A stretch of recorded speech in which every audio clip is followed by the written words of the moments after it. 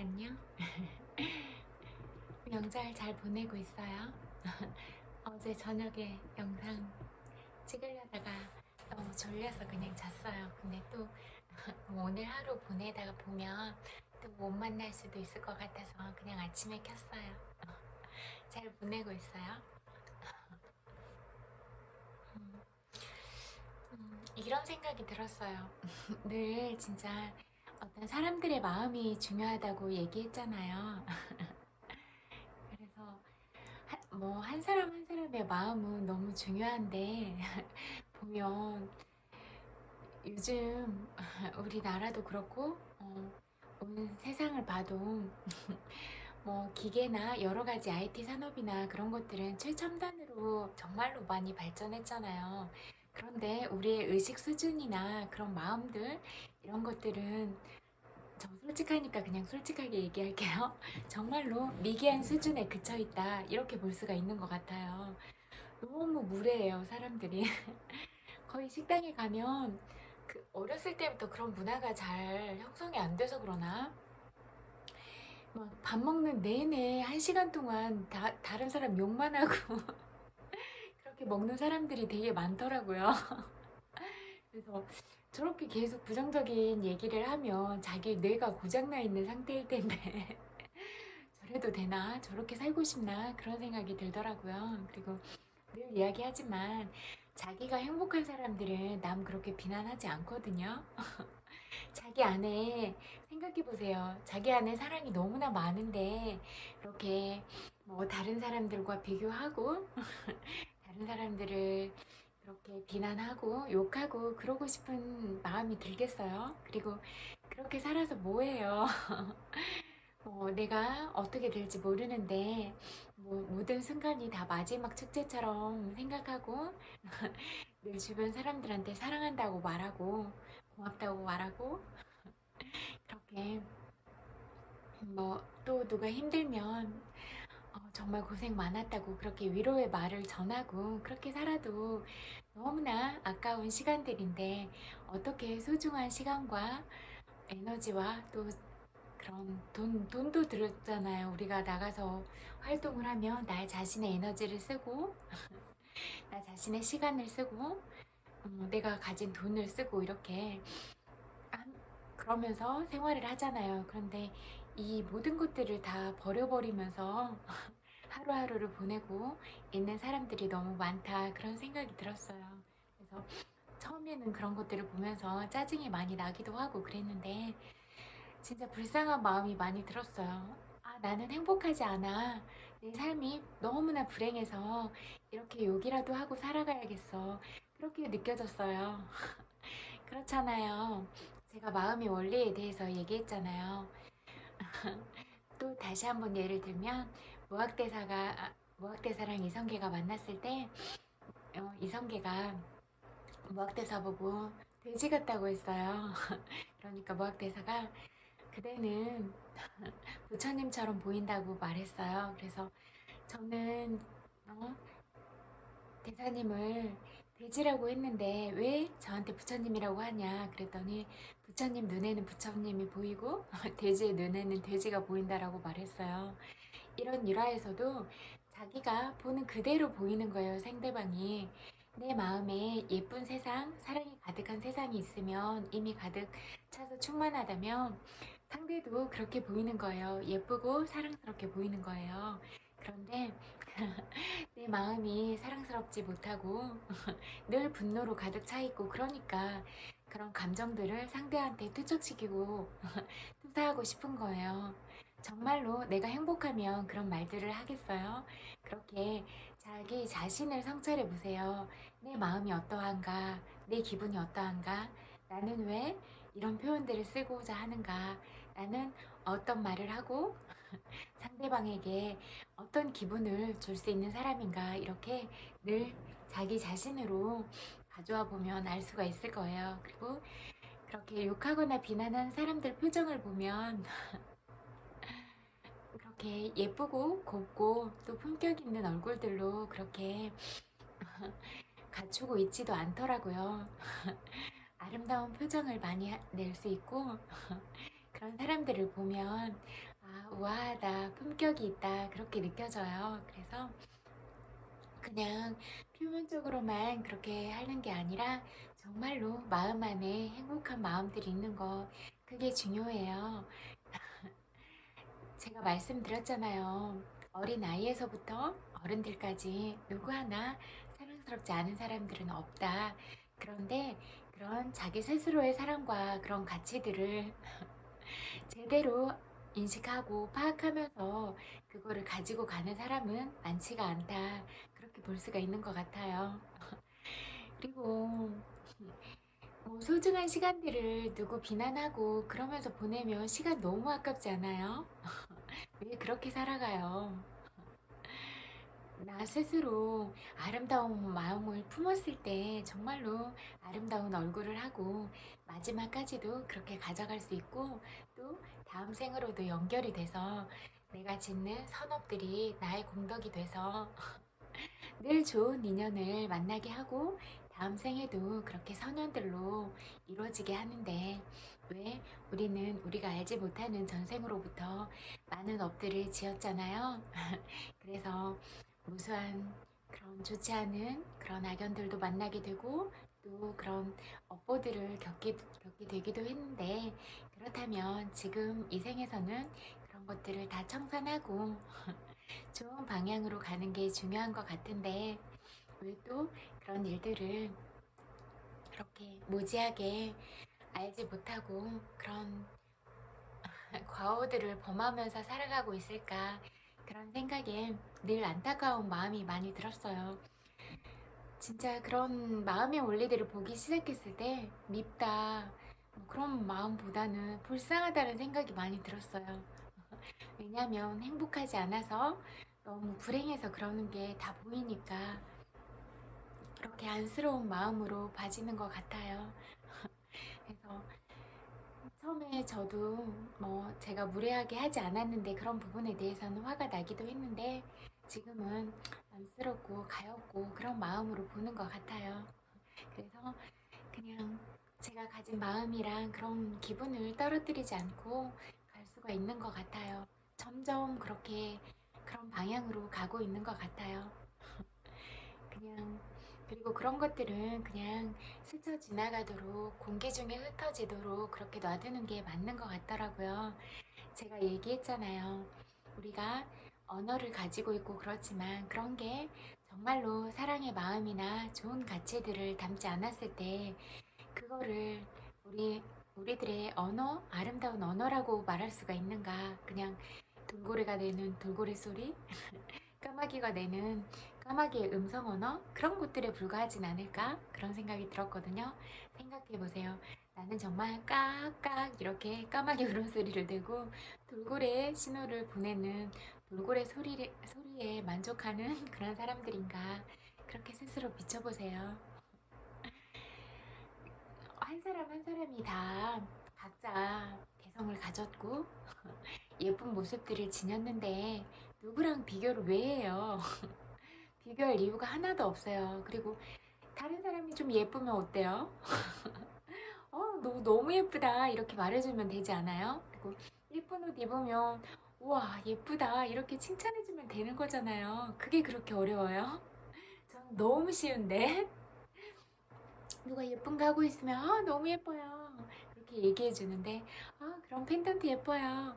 귀걸이 너무 예뻐요. 이렇게. 그런데 그런 칭찬하는 것도 익숙하지가 않으니까, 그렇게 하면 싫어하는 사람들이 많대요. 제가 봤을 때는 저는 그렇게 직접 이야기하거든요. 표현을 싫어하는 사람 한 사람도 없었어요. 그리고 80세 이런 할머니들한테도 예쁜 언니 이렇게 얘기했는데 좋아했어요. 막내 동생 같다면서. 예쁘다, 칭찬하는 말 이런 걸 싫어하는 사람이 누가 있어요. 그냥 자신들의 마음이 그런 마음을 아직 갖추지 못하고 있으니까 그런 마음들, 표현들이 밖으로 안 나오는 거예요. 그렇지 않아요?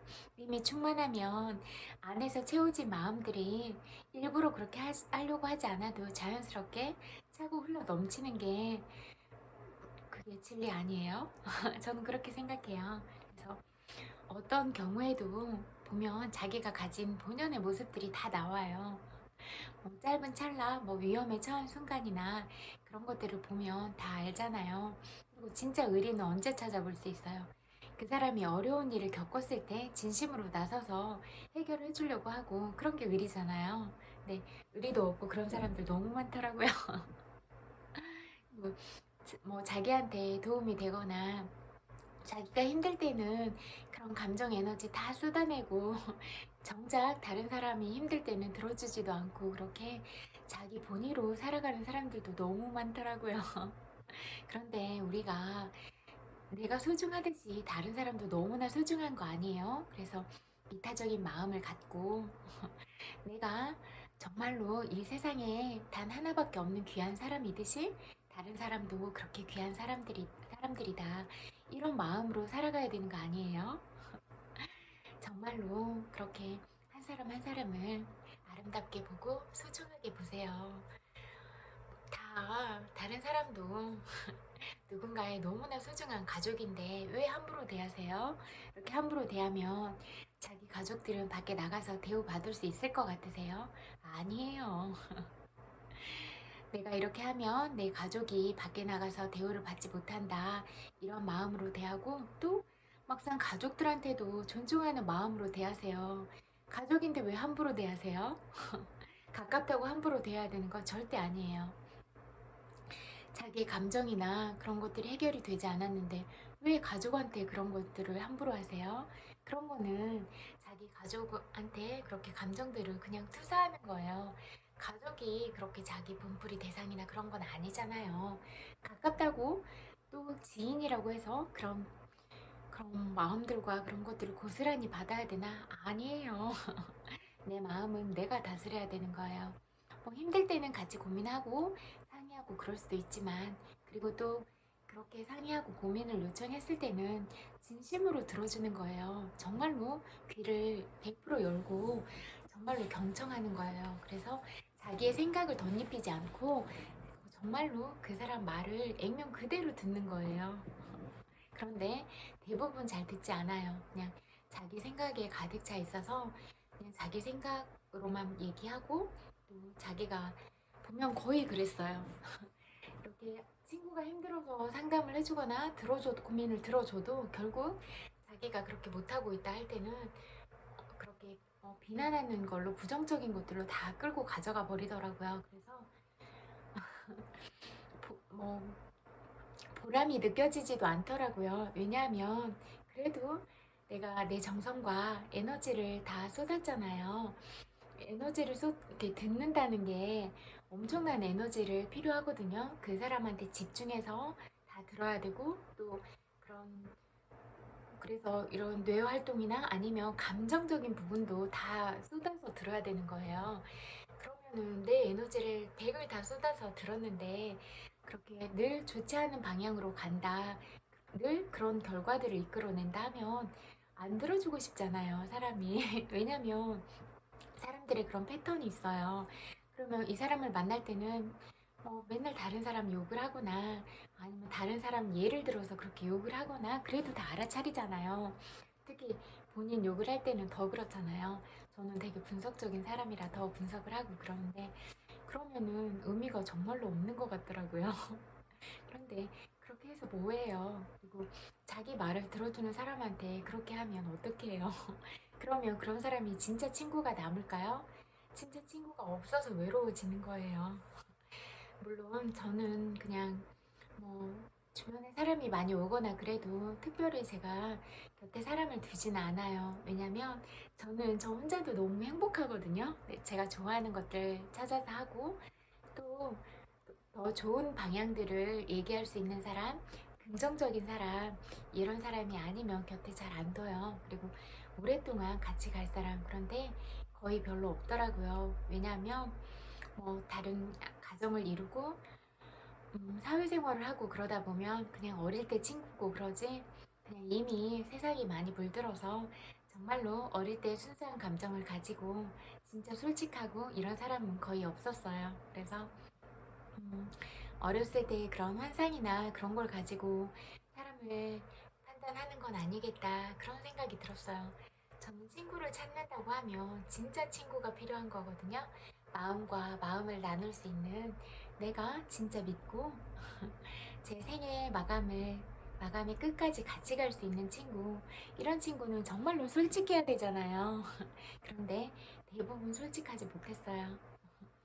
물론 뭐 거짓말을 하지 않는 사람이 있다고 하면 그것만으로도 감사하다. 이렇게 생각을 해야 될지도 모르겠다는 생각이 들었어요.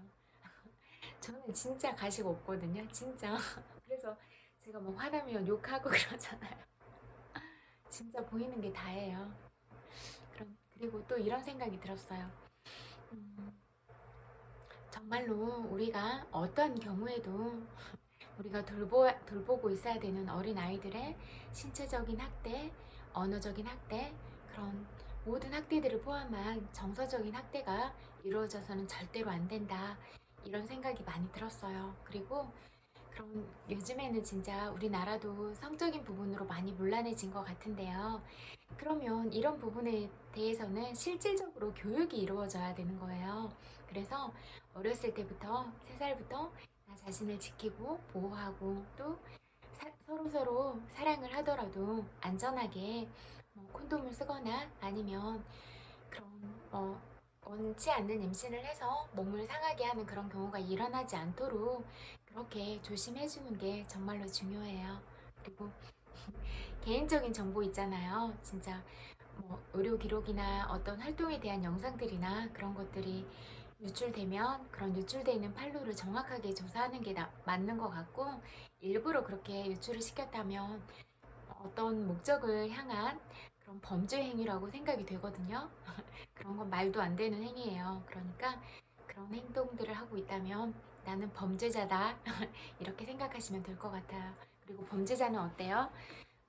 그런 범죄를 저지른 행위에 대해서 법적인 그런 처벌을 받는 게 맞다고 생각을 해요. 그래서 어떤 경우에도 나의 양심을 저버리는 그런 행위를 하지 않는 게 중요하다. 그런 생각이 많이 들었고, 진짜 어린 친구들의 꿈을 꺾어버리거나 그러면 절대로 안 된다는 생각이 들었고, 그런 여자 아이들은 특히 그런 물론 남자 아이들도 마찬가지예요. 그런 성적인 차별이나 성추행을 당하지 않을 그런 자유가 있고 또 그런 내가 원하지 않는데 어떤 일들이 벌어진다면 성추행이나 강간이다 이렇게 볼 수가 있어요. 성추행은 상대가 그런 성적으로 모멸감을 느끼면 성추행이잖아요. 다 성교육 하셨죠? 그리고 이런 교육들은 늘 필요하다. 그런데 돌아다녀 보면 성교육의 기본적인 개념도 모르는 사람들이 너무나 많더라고요. 성교육 다 다시 받으세요. 말도 안 돼요. 상대방이 불쾌함을 느끼면 모멸감을 느끼면 성추행이에요. 아셨죠? 그렇게 모멸감을 느끼지 않도록 그렇게 처신을 똑바로 하는 게 너무 중요할 것 같아요. 그리고 어, 보니까 여자가 여자를 더 지켜줄 수가 있잖아요. 알고 있으니까 반대인 경우도 많더라고요. 여자의 적은 여자인 것처럼 쓸데없이 질투하고 뭐 예쁘고 잘하고 뭐 예쁜 눈 있고 하면 그건 자기의 시샘으로 그러는 거예요. 내가 내 마음이 샘을 내고 있구나. 그 마음을 정확하게 보세요. 내가 상대방과 같은 저런 면들을 갖추지 못해서 내 마음으로 화가 나 있나? 거기까지 보세요. 그래야지 그게 자기 마음의 객관화인 거예요. 그리고 그렇게 비교할 필요도 없어요. 내가 잘하는 게 있고 상대가 잘하는 게 있고 다 다른 영역인데 왜 비교해요? 음, 잠깐 다른 방향으로 샜는데 그래서 그런 여자아이들은 엄마 같은 역할을 잘할 수 있는 사람이 지켜주는 게 맞는 것 같아요. 뭐 아직 어린 친구들이잖아요. 뭐 고등학교, 중학교 막 이런 친구들인데 그러면 그런 성 정체성의 확립이 이루어지지도 않은 시기잖아요. 그러면 몸을 스스로 지키고 그런 성교육들이 실질적으로 필요하고 또 나이에 걸맞는 어떤 컨셉들 그런 것들이 있잖아요. 그러면 오히려 그런 것들을 유지하고 그랬을 때 더 소녀소녀하고 예쁘잖아요. 그래서 그런 부분들도 잘 지켜주고 그런 평생 동안 우리가 한 번밖에 살 수 없는 그런 인생이잖아요. 이 생에서 그러면 그런 생들을 안타깝게 생각하고 가엽게 생각하고 우리 어른들이 감싸주면서 그렇게 가야 되는 것 같아요. 그리고 또 남자분들한테 말 못할 그런 고민들도 있을 거 아니에요. 그러면 엄마같이 그렇게 믿고 의지할 수 있는 사람이 주변에 있어서 챙겨주는 게 더 적합할 것 같다. 그런 생각이 많이 들었고, 또 가정에서 아이들을 이렇게 떠나보내서 생활해야 되는 가족들이 많잖아요. 그러면 부모님들하고 소통을 잘할 수 있는 그런 사람들이 아이들을 돌봐주는 게 맞다고 생각을 해요.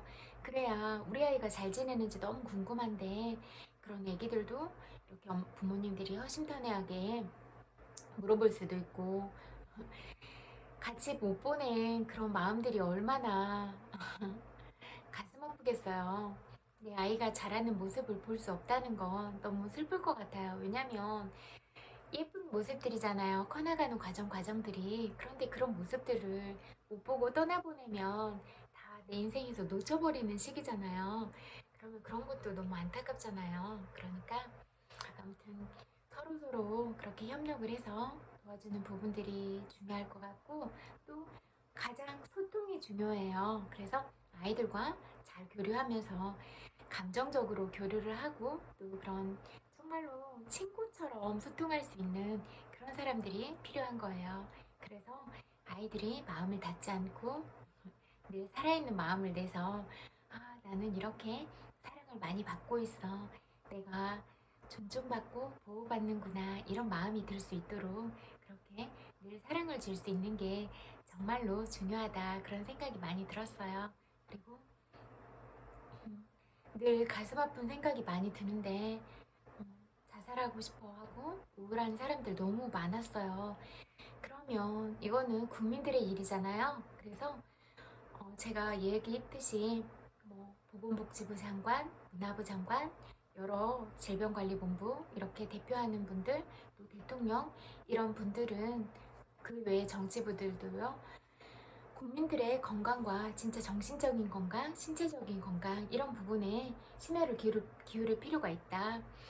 그런 생각이 많이 들었어요. 그래서 뭐 성교육, 정서적인 심리교육, 또 신체적으로 그렇게 보장을 잘 받아야 되니까 적절한 혜택을 줄 수 있는 의료적인 혜택 이런 부분들이 늘 이루어져야 된다 이런 생각이 들거든요.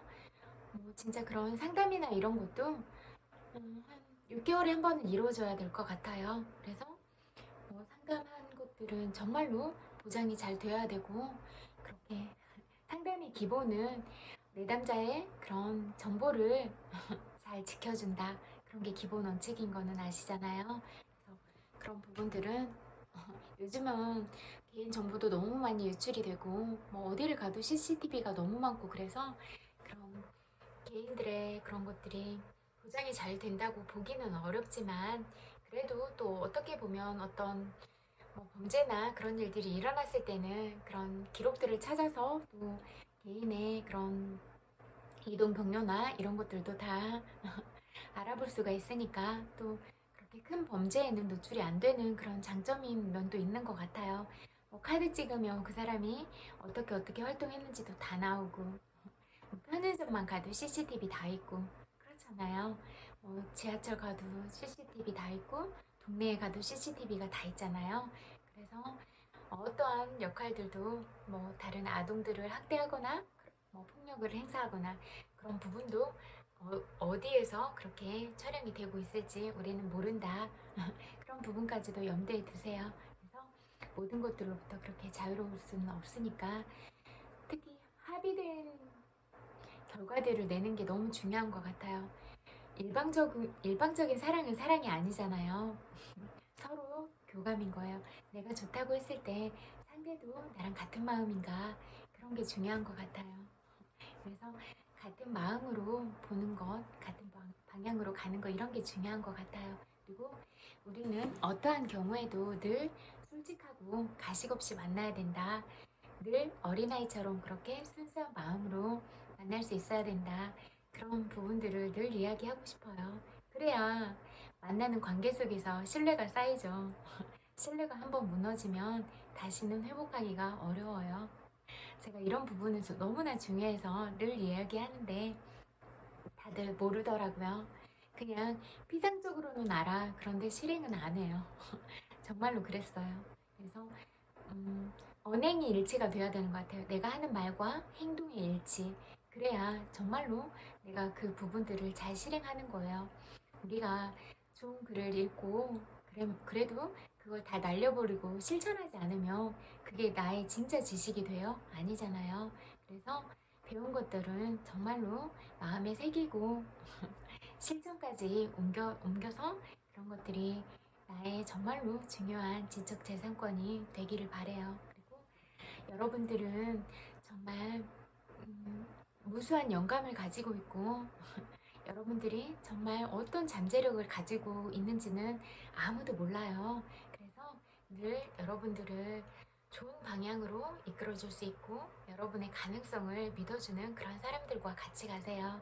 그래서 무조건 안 된다고 그러는 것보다 응원하고 지지해주고 어떠한 것도 지지하고 늘 긍정적인 부분들을 그렇게 이끌어내줄 수 있고 그런 분들과 같이 가세요. 그리고 또 이성적인 판단도 하고 사랑도 많이 주는 그런 사람들과 함께 하세요.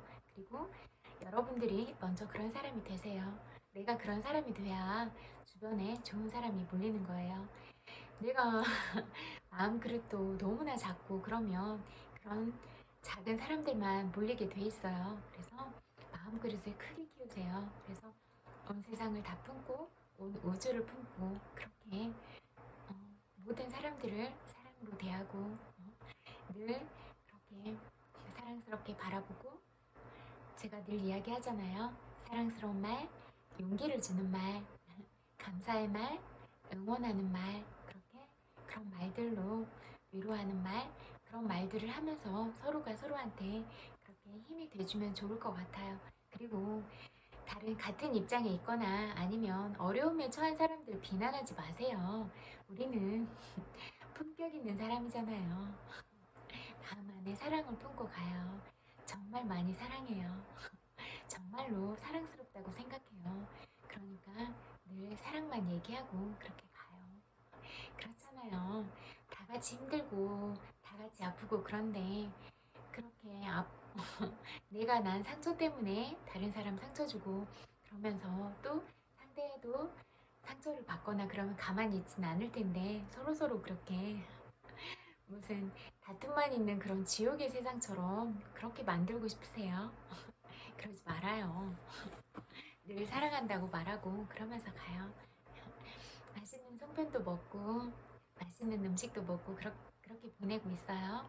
그렇게 보내고 있으면 좋을 텐데 그리고 가족들과 사랑하는 사람들과 그렇게 있어도 행복하기를 바라고 만약에 혼자 있더라도 너무나 소중한 사람이니까 또 너무 외롭지 않게 그렇게 행복한 마음으로 보낼 수 있으면 좋겠어요. 그리고 뭐 단체 생활을 하거나 그러면 그거에 적절한 음식들을 먹을 수 있으면 좋겠고 또 혼자 지내더라도 요즘에 가보면 시장에 송편이나 그렇게 또 나물이나 이런 전들 팔잖아요. 그래서 조금 소량이라도 사서 꼭 드세요.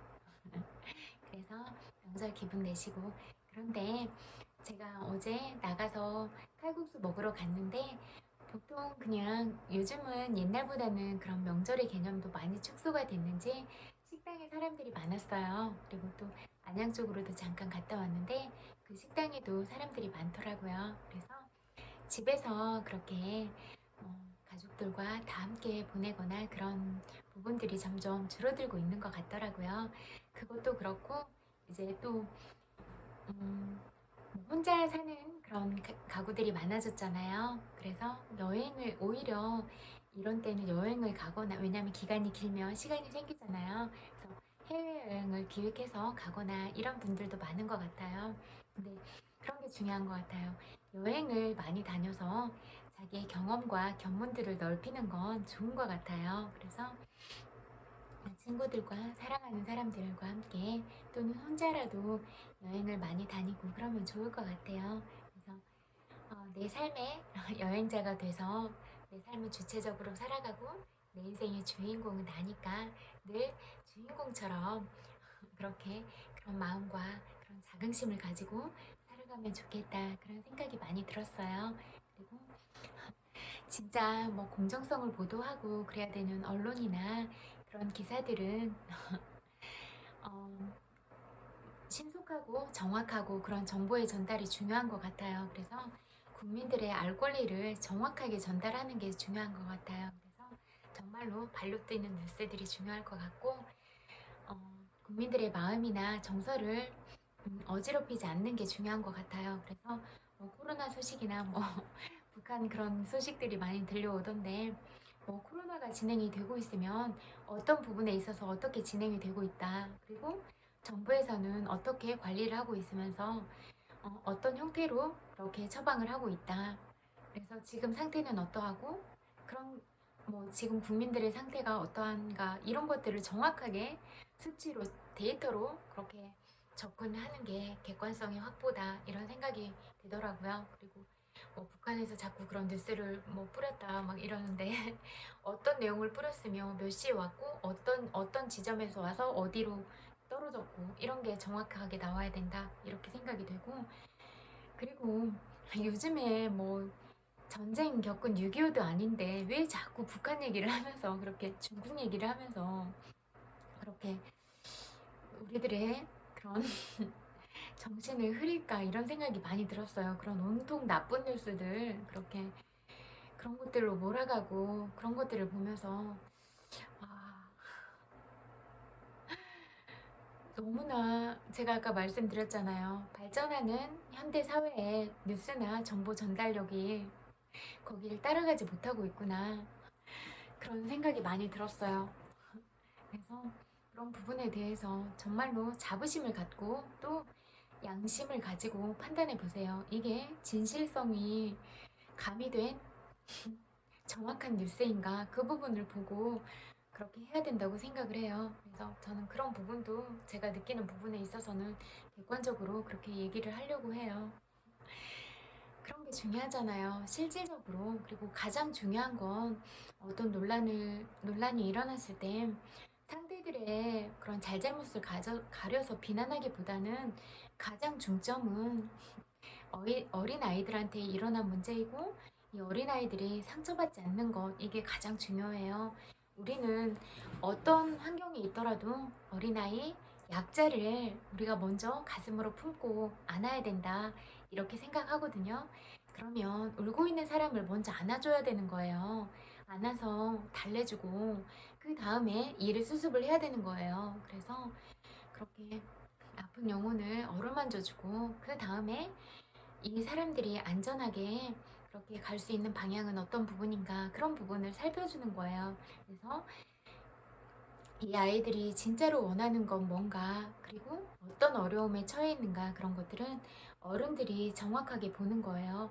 뭐 돈의 가치나 그런 걸로 보지 않고 자꾸 본질적인 모습을 흐리려고 하는 것 같더라고요. 뭐 계약 해지를 하면 뭐 위약금을 얼마나 물어야 된다 이렇게 그런 부분들로 가던데 사람이 돈의 가치로 그렇게 판단이 되는 건 아니에요. 돈의 가치거나 사람을 잠이라는 그런 성적인 수단이나 그런 도구적 수단으로만 봤기 때문에 여러 사람들이 힘겨워하다가 다 죽어간 거예요. 그렇게 하면 나도 살인자나 다름없다 이렇게 생각이 돼요. 왜냐면 내가 힘든 사람한테 한마디 말을 해서 그 말이 그 사람한테 무게감을 실어서 죽게 만들면 나도 살인자랑 똑같은 거예요. 그러면 안 돼요. 그래서 그런 것들을 잊어버리면 안 돼요. 그래서 그런 방향들은 늘 보호하는 쪽으로 가야 돼요. 그래서 돈이나 사람을 상품처럼 보지 말고 정말로 행복한가? 이 사람이 그런 부분을 봐야 된다고 생각해요. 그래서 그 사람이 하는 어떤 것들을 재미로 보지 말고 이런 부분들이 있어서 이렇게 사생활이나 이런 부분들이 자유가 없고 노출이 많이 됐다면 개인으로서 삶도 행복할까? 그런 부분도 봐주시고 정확하게 보장된 삶을 살아가고 있고 진짜로 신체적이나 정서적 그런 학대를 받지 않고 살아가고 있는가 그 부분을 봐주고 뭐 노력한 모든 부분에 있어서 정당한 대가를 받고 있는가 그 부분까지도 봐주세요. 그래야 그 사람을 정말로 사랑하는 거예요. 그렇게 사랑하고 정말로 지켜줘야 된다고 생각하거든요. 그래서 이 사람이 지금 이런 삶을 살아가고 있는데 미래에 어떤 40이 넘거나 그 후의 삶도 괜찮은가? 그 후에는 어떤 것들을 하고 살아갈까? 그런 40 이후의 삶도 잘 갖춰져서 다른 일을 하더라도 잘 살아갈 수 있는 그런 방안들은 마련이 잘 됐을까? 그런 부분도 바라봐 주면서 함께 가는 거예요. 그리고 이 사람들도 나중에 누군가를 만나서 사랑을 하게 되면 아이의 부모가 될 텐데, 부모로서 그런 어떤 기본적인 소양들을 잘 배웠고 또 밖에 나가서 살 때도 일상생활을 할 수 있는 그런 것들을 배우면서 살아갔나? 이런 부분까지도 봐줄 수가 있어야 된다고 생각을 해요. 정말로 사랑을 알아야 아이들을 사랑으로 키울 거 아니에요. 그런데 사람이 도구적인 그런 개념으로 자리 잡기 시작하면 자기 자신에 대한 그런 인정이나 사랑도 없기 때문에 그런 사람들이 누군가를 정말로 사랑하는 마음을 갖기도 너무나 어렵고, 진짜 사랑을 모르는 사람들이 만나서 커플이 되거나 결혼까지 이어질 확률은 너무나 어려워요. 그래서 정말로 국가적으로도 결혼을 장려하고 그런다면 어린 아이부터 성교육을 시키고 인성교육을 시켜야 돼요. 그래야 진짜 사랑을 알아서 내가 사랑하는 사람을 정말로 보살펴주고 마음과 마음으로 만나야, 그래야 상대방도 사랑한다고 느끼면 이 사람이랑 그리는 미래는 행복하겠다, 삶이 참 아름답겠다, 그런 마음이 들어야 결혼을 하고 그렇게 또 행복해야 아이를 낳고 그러는 거 아니겠어요? 그리고 아이를 낳는 거는 돈이 들어가는 거잖아요. 교육적인 문제나 아이 키우는 비용이나 의식주 식생활비 모든 것들이. 그러면 그렇게 경제적으로도 안정이 될 수 있는 방안들이 마련이 돼야 그렇게 결혼을 할 거예요. 그래서 공공임대주택이나 이런 게 중요한 거예요. 그래서 그런 방향으로 가야지 뭐 집값에 투자만 안 하고 살아도 그래도 괜찮잖아요. 그래서 저는 이렇게 그런 따뜻한 나라를 돌아다녀 보면 밥값이 진짜 싸잖아요. 옷값도 진짜 싸고. 그래서 그런 것들이 참 좋았어요. 굳이 집에서 차려 먹지 않아도 그냥 아침에도 잠깐 나가서 사서 먹고, 집에 들어와도 그냥 볶음밥이나 이런 것들 사가지고 들어와서 먹고, 음료나 이런 게 그런 비용이 비싸지가 않으니까. 그러면 실질적으로 요리하고 그런 시간이 줄어들잖아요. 그리고 그런 식사 비용도 줄어들고, 그리고 또 먹고 나면 음식을 하는데도 에너지가 많이 필요한데 설거지하고 이러면 또 그런 에너지를 쓰잖아요. 그런데 그런 것들이 다 직장 끝나고 와서 또 아이들을 돌보고 식사 준비를 하고 또 차리고 치우고 이런 것들이 다 한 사람을 지치게 만들 텐데, 그런 에너지들을 다 줄이고 딱 간단하게 사서 먹고 와서 남은 시간은 가족들이랑 화목하게 지내고 이러면 너무나 실질적인 것들이 이루어지는 거잖아요. 그래서 그런 방향으로 가는 게 맞는 것 같아요. 그리고 이제 또 정말로 이렇게 가족들이랑 맛있게 해 먹고 싶으면 그런 해 먹고 싶을 때 또 해 먹고, 또 그런 외식을 해도 비싸지 않으면 가족들하고 자유롭게 외식도 하고, 그렇게 점점 그런 방향으로 자리 잡아가야 국민들이 정말로 행복하다고 느끼지 않을까? 그런 생각이 많이 들었어요. 그리고 이제 100살, 120살 막 이러잖아요. 인구의 수명도.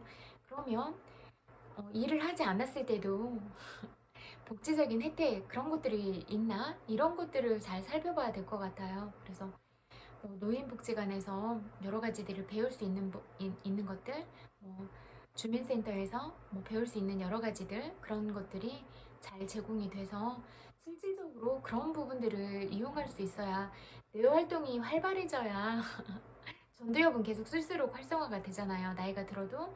그러면 치매도 예방이 되는 거 아니에요? 내가 자꾸 배우면 그 활동하는 뇌의 영역이 자꾸 활성화가 될 거고, 또 뭘 배우고 거기에서 사람들을 만나고 그러면 기쁠 거 아니에요. 그러면 행복한 마음을 저절로 갖게 되면 행복의 수치도 올라갈 거고, 뇌를 자꾸 써서 뇌 활동 하는 게 늘어나면 치매 예방 효과도 있을 것이고, 그러면 행복도도 올라가고 실질적으로 건강도 올라가고 그런 방향으로 갈 수 있는 거 아니에요? 그래서 늘 이런 부분들을 고민하면서 가야 되지 않을까? 이런 생각이 들었어요. 그래서 실질적으로 어떤 도움을 줄 수 있을 것인가? 이런 부분들이 많이 고려가 돼야 된다. 이렇게 생각을 해요. 그래서 생각날 때마다 이런 것들을 공유할게요. 그리고 정말로 너무나 소중해요. 친구들 한 사람 한 사람은. 어쩌면 그렇게 예뻐요. 그렇게 예쁜 모습들을 이미 가지고 있으니까 그런 예쁜 모습들 잃어버리지 말고 가세요. 너무 사랑스러운 사람들이 그렇게 늘 긍정적인 마음을 갖고 많이 웃고 늘 좋은 기분을 유지하고 그렇게 이렇게 생각해 보면 어떨까요? 나는 다른 사람한테 해피바이러스를 전달하는 사람이야. 그렇게 생각하고 늘 다른 사람들한테 웃음을 주고 따뜻한 말을 하고 그런 사람이 먼저 되어보는 건 어때요? 그렇게 우리가 먼저 마음의 여유를 갖고 좀 마음도 넉넉하고 마음그릇이 큰 사람이 되면 너무나 좋을 것 같아요. 그렇게 그런 방향으로 같이 가요. 책 읽어드릴게요. 정말 많이 사랑해요. 늘 스스로의 감정을 다스리세요. 늘 스스로의 기분을 다스리면서 그렇게 외부로 투사하지 말고 내가 어떤 기분인가, 내가 행복한가, 내가 지금 아름다운 표현을 쓰고 있는가, 그런 부분들을 보세요. 그리고 내가 이런 표현을 했을 때 다른 사람은 나를 우아하다고 느낄 것인가, 나를 품격 있다고 느낄 것인가. 왜냐면 사람들은 다 보거든요. 바라보고 있어요. 내가 하는 말들 어떤 공공장소에서 하면 다른 사람들은 안 들을까요? 다 나름대로는 다 자기들의 각자의 눈으로 다 평가하고 있을 거예요. 그렇게 나는 이런 말을 하면 어떻게 비춰줄까? 이런 행동을 하면 나는 어떻게 비춰줄까? 그런 부분도 보세요. 그래서 관점이나 그런 정말로 어떤 표현을 하고 행동을 하고 그런 것들은 나로 가지고 오세요. 다른 사람이 아니라 내가 살아가는 하루하루 모든 순간이 중요한 거예요. 그래서 내가 이미 소중하고 가치 있는 사람이고 그런데 남들이 뭐가 중요해요? 내가 당당하고 솔직하게 살아가면 괜찮아요. 누구 인정을 받지 않아도 돼요. 나는 이미 너무나 괜찮은 사람이에요. 그렇게 생각하세요. 친구들 너무나 괜찮은 사람이거든요. 재능도 너무 많고 부러워요. 뭐 손재주 많은 것도 부럽고 그림 잘 그리는 것도 너무 부럽고 가방이나 이런 거 잘 만드는 것도 너무 부럽고 노래 잘하는 것도 너무 부러워요. 그리고 예쁘고 우아하게 생긴 것도 너무 부러워요. 그리고 예쁘게 옷 잘 입는 것도 너무 부러워요. 그런 거 다 잘할 수 있잖아요. 그리고 나도 그렇게 뭔가 정말로 잘할 수 있는 사람이다. 그렇잖아요. 남들이 갖지 못한 매력이 나한테 있어요. 그러면 자기의 매력으로 살면 돼요. 괜찮아요, 다. 비교하지 말아요.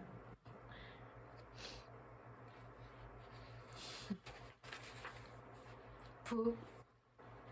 그리고 제가 감정을 다스리거나 실질적으로 시간 관리하는 거 이런 것들 도움이 되는 것들 많이 알려드리잖아요. 그러니까 그런 부분들을 친구들의 지적 재산권으로 가져가세요. 부는 중요한 주제다. 우리의 삶이 부에서 직접적인 영향을 받을 뿐만 아니라 부라는 주제를 통해 돈에 대한 우리의 감정과 생각, 마음가짐을 너무나 쉽고 빠르게 알 수 있기 때문이다. 한정적 신념 체계와 부정적 생각, 부정적 감정을 품은 사람에게 돈은 문제다. 돈은 끝없는 걱정과 불안, 체념과 절망의 근원이거나 허영과 자부심, 오만, 옹졸함, 질투, 부러움의 근원이다. 최악의 경우에는 이 모든 부정성이 낳은 결말로 재정적 한계와 부족, 박탈감을 느낀다. 불안한 삶의 측면에서 사람들은 공포와 한계에서 나온 난 못한다는 느낌에 대해 말을 삼가하려고 돈이라는 문제 자체를 회피하고 어쩔 수 없이 낮은 사회 경제적 지위로 물러앉는다. 돈은 나쁜 게 아니고 꼭 필요한 거니까 중요하다고 생각을 해요. 그래서 경제적인 부분들은 등한시 돼야 될 게 아니라 어렸을 때부터 오히려 경제교육을 철저하게 받는 게 정말로 돈을 실질적으로 잘 사용하고 그렇게 살아갈 수 있도록 가르치는 것인 것 같아요. 그래서 그런 부분들이 많이 놓치고 있었던 것 같아요. 그래서 경제교육, 성교육, 인성교육은 어렸을 때부터 말하기 시작하면 배워야 되는 것 같아요. 3살부터. 무의식은 자기 딴에 우리가 받을 만하다 싶은 것을 우리에게 안긴다. 죄책감이 쌓여 내가 나를 보는 관점이 좁고 한정되어 있으며 인색하다면 무의식은 그에 맞는 경제적 상황을 안겨준다. 돈이 의미하는 많은 것을 바라볼 때 돈에 대한 마음가짐이 어떠한지 드러나기도 한다. 예를 들어 안전이나 권력, 매력, 성적 매력, 경쟁에서의 성공, 자아 존중감, 타인과 세상에 대해 자신이 갖는 가치 등을 어느 정도로 돈으로 환산하는지 알 수 없다.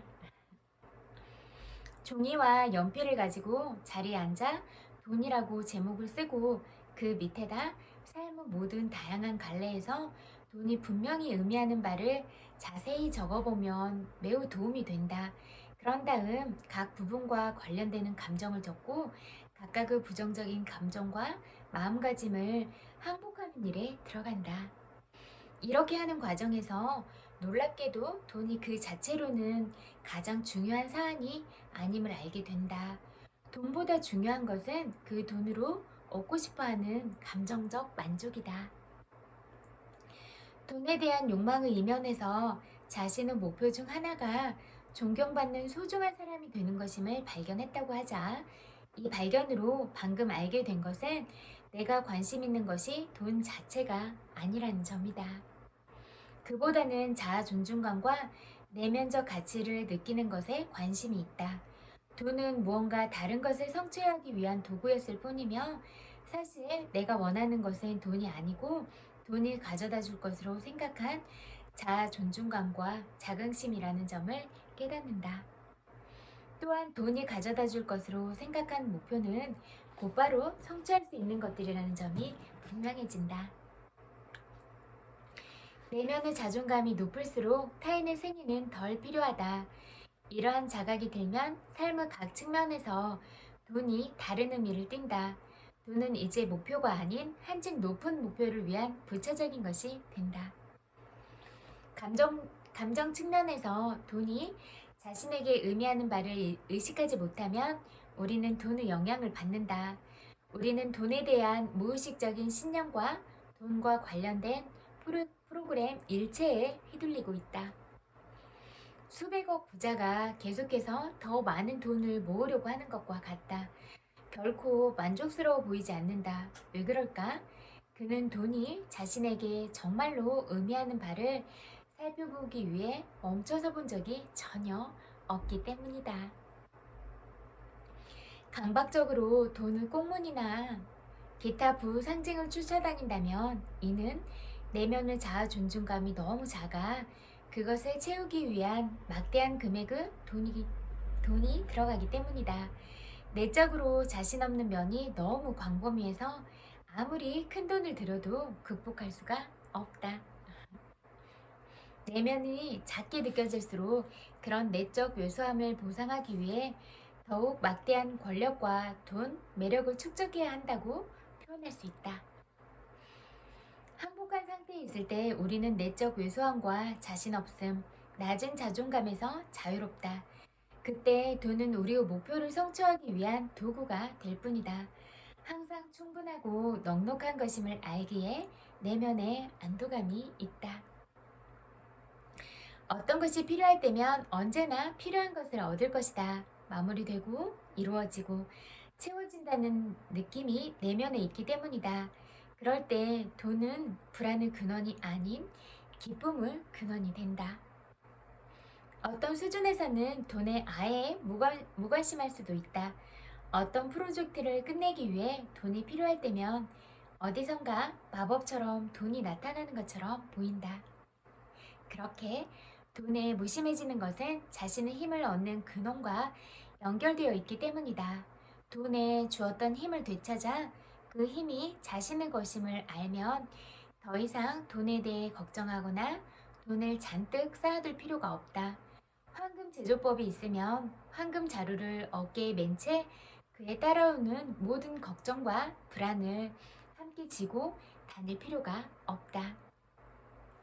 사람들은 돈을 지나치게 축적하는 데 따르는 문제와 함께 돈을 잃을지도 모른다는 끊임없는 공포에 빠져 있다. 5천만 달러의 재산을 가진 사람이 사업상 실수로 1천만 달러를 잃고 신경쇠약 상태에 빠지는 것은 비극적인 희극이다. 남자는 실제로 공황 상태였다. 감정 면에서는 남자는 400만 달러만 가지고는 지구상에 생존할 수 없을 것 같아 겁에 질렸다. 내적 빈곤으로 고통받는 사람은 물질적 차원에서 축적하는 일에 맹렬한 충동을 느낀다. 이 내적 빈곤과 더불어 이기적인 마음이 생기고 이와 연관된 허영과 그릇된 자부심이 생긴다. 반면 놓아버린 기법을 사용하는 사람이 갑자기 넉넉해지는 경우는 흔하다. 벌이가 없어 허우적거리던 배우가 할리우드에서 주연을 맡는다. 가난의 위기에 처해있던 극작가가 대성공을 거둔 브로드웨이 뮤지컬의 제작자가 된다.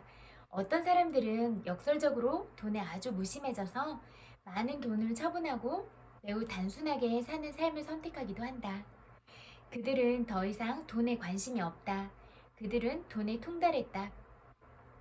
돈을 수단 삼아 추구하던 내면의 만족이 이제는 곧장 채워지니 내면의 행복이 외부 부와 무관하다. 이런 내적 자유 상태에서 사람은 외부 세계와 무관해지므로 더 이상 그 영향을 받지 않는다. 통달한 것은 초월하는 법이기 때문이다. 여기까지 읽을게요.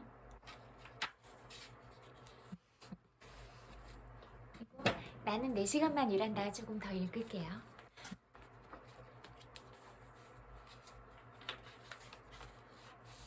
질문과 행동. 더 많은 시간을 누릴 수 있는 비결은 일을 덜 하는 것이고, 그렇게 하기 위해서는 활용해야 할 2가지 방법이 있다.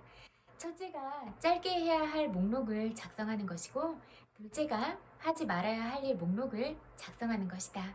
이제 이 목록을 작성하기 위해 도움이 될 만한 몇 가지 경우를 가정해 보자.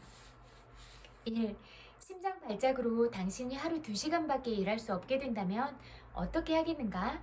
5시간도 아니고 4시간도 아니고 3시간도 아니다. 딱 2시간이다. 나는 궁극적으로 당신이 하루 2시간 일하는 것을 바라는 건 아니다. 하지만 이것이 시작이다. 벌써부터 당신 머릿속에서 아우성치는 소리가 들리는 듯하다. 말도 안 돼. 그건 불가능하다고. 그래, 나도 안다. 알아. 내가 만약 하루 4시간만 자고도 정상적으로 활동하면서 몇 달을 견뎌낼 수 있다고 말한다면 당신은 믿겠는가? 아마 믿지 않을 것이다. 아이를 갓 낳은 수백만 명의 엄마들이 늘 그렇게 하는데도 말이다. 이 연습은 선택의 여지가 없다. 3번에 걸친 심장 수술 끝에 의사가 수술 후 초기 3달 동안 하루 2시간으로 일을 줄이지 않으면 당신은 죽게 될 겁니다. 라고 경고한 것이다. 자, 어떻게 하겠는가? 2. 2번째 심장 발작이 와서 이번에는 일주일에 2시간밖에 일할 수 없다면 어떻게 하겠는가? 3. 만약 누가 당신 머리에 총을 겨누고 시간을 많이 잡아먹는 여러 일 중에 80%를 그만두라고 한다면 무슨 일을 택하겠는가? 단순해지려면 무자비할 필요가 있다. 시간을 많이 잡아먹는 일들, 즉 이메일, 전화통화, 대화, 서류 작업, 회의, 광고, 고객, 제조업자, 제품, 서비스, 기타 관련 일들 중에 80%를 그만두어야 한다면 수입의 악영향을 최소한으로 줄이기 위해서 어떤 일들을 없애버려야 할까? 한 달에 단 한 번만 이 질문을 하더라도 당신은 정신이 번쩍 들어 일을 제대로 진행할 수 있을 것이다. 4. 내가 생산적인 것처럼 느끼기 위해 시간 때우기로 주로 이용하는 3가지 일은 무엇인가? 이 일들은 주로 실패하거나 거절당할 가능성 때문에 거북하게 느껴지는 더 중요한 일들을 미루기 위해 하게 된다. 자신에게 솔직해지자. 우리 모두 가끔 이렇게 하지 않는가? 당신이 중요한 일을 미루기 위해 일부러 하는 것은 무엇인가? 5. 이것이 내가 오늘 한 유일한 일이라면 나는 나의 하루에 대해 만족할 수 있는가? 라고 묻는 습관을 들여라. 우선순위를 분명히 하지 않고는 일하러 가지도 책상 앞에 앉지도 마라. 하루 종일 관련 없는 이메일이나 읽고 머리만 뒤죽박죽 될 테니 말이다. 오늘 저녁, 오늘 저녁이 가기 전에 내가 해야 할 일 목록을 작성해 놓도록 하라. 나는 컴퓨터의 일정 관리 프로그램을 이용해야 할 일 목록을 작성하는 건 추천하고 싶지 않다. 왜? 수많은 일들을 추가할 수 있기 때문이다. 나는 가로 5m, 세로 9cm 정도의 메모지를 사용하는데 이것은 주머니에 딱 들어가는 데다 몇 가지 일만 적도록 제한해준다. 하루에 끝마칠 중요한 일은 절대로 2가지를 넘어서는 안 된다. 절대로 말이다. 그렇게 하는 게 실제로 효과가 높은지 어떤지는 중요하지 않다. 여기까지 읽을게요. 또 제 이야기 들어주셔서 너무너무 감사드려요. 정말 많이 사랑해요. 100만 번 불뽀뽀 보내드릴게요. 그리고 남은 명절 기간도 늘 많이 웃고 행복하게 보내세요. 그리고 늘 내가 어떤 장소에 가더라도 다른 사람한테 피해가 가지 않도록 소곤소곤 작은 소곤소곤 기능으로 이야기하세요. 내 얘기를 상대방이 다 들어야 될 필요는 없잖아요. 그리고 내가 누구를 험담하고 그러면 다른 사람들도 다 평가하고 있을 거예요.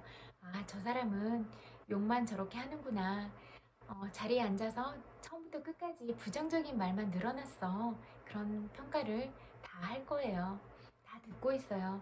그리고 내가 목소리가 크고 행동이 클수록 더 주목을 끌어서 내가 품격을 갖춘 사람인지 아닌지를 모든 사람들이 다 판단하고 그럴 거예요. 나의 행동과 말은 다른 사람들한테 비춰졌을 때 그렇게 다 알게 돼요. 그래서 나는 어떤 품격을 가진 사람인가 그런 것들을 늘 염두에 두시고 좀 우아하고 품격 있는 사람으로 살아가는 건 어떠세요? 우리는 그럴 수 있는 사람들이잖아요. 이미 너무나 소중한 사람들이니까 그 점을 늘 생각하세요. 그리고 남은 시간도 사랑스러운 말들을 많이 하고 사랑하는 사람들과 함께 즐거운 시간 보내세요. 그리고 혼자 있어도 행복한 시간 보내세요. 정말 많이 사랑해요. 행복하세요.